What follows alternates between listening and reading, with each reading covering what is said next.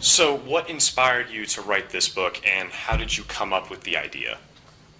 Well, 8 or 9 years ago, a colleague and I were discussing current events and politics, and the comment was made, Ben Franklin would turn over in his grave. That got me to thinking, why don't we make Ben turn over in his grave? Let's wake him up and place him in modern life and see how his highly informed viewpoints would fit into modern society. So I began thinking about that idea, especially on long drives back east to visit family, which I do quite frequently. Of course, somehow Ben had to appear here and now, and how overwhelmed he would be with how things have changed. He was a larger-than-life character during his time and had experienced many aspects of life, being an inventor, statesman, patriot, a man of extensive learning. And I discovered after doing some research that there were some little-known but very entertaining aspects of Ben Franklin that could make a heck of a story. So this is obviously fiction because Ben Franklin has been dead for hundreds of years at this point, and you decide to bring him back to life. But how did you figure out how he would feel about modern life in modern times? Well, no one can speak for Ben, of course, but I wanted to genuinely capture his views as the book explores various topics of discussion. What would shock him, disgust him, please him? But really, I didn't have to make up much. His thoughts, opinions, feelings, experience, talents, skills were probably as well documented as any one person in history. He was a printer, publisher, writer, and inventor, editor, and all of that was available when I started researching his role. It's amazing the volume of material I found in Poor Richard's Almanac alone, but scads of other published information is available about him. It was easy to create his responses based on his own writings and on what others have written about him. So you bring a little bit of Texas history into this book with Sam Houston and his role in Texas history. But how did that happen? How did you get from the Appalachians to the little prairie plains of Texas?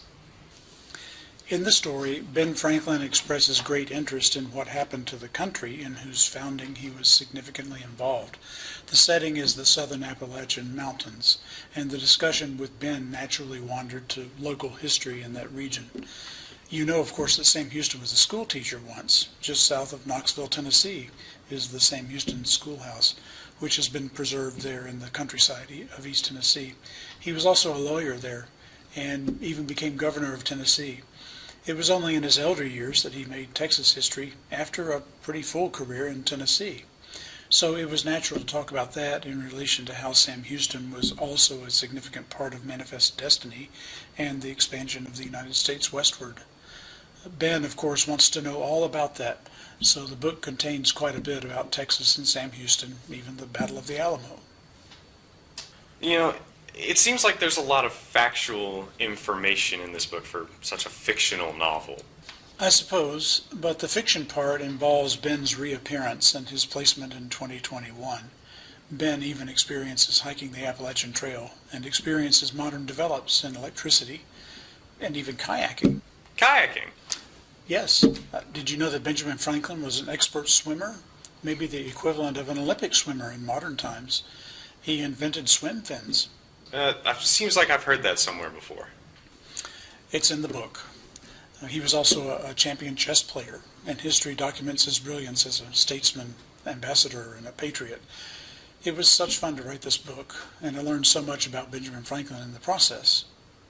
So, from your perspective, who would be the most interested in reading A Fortnight with Ben? Well, any age, from teenager on up to senior citizens. History buffs, hikers. I really wrote it to be an enjoyable read for just about anybody.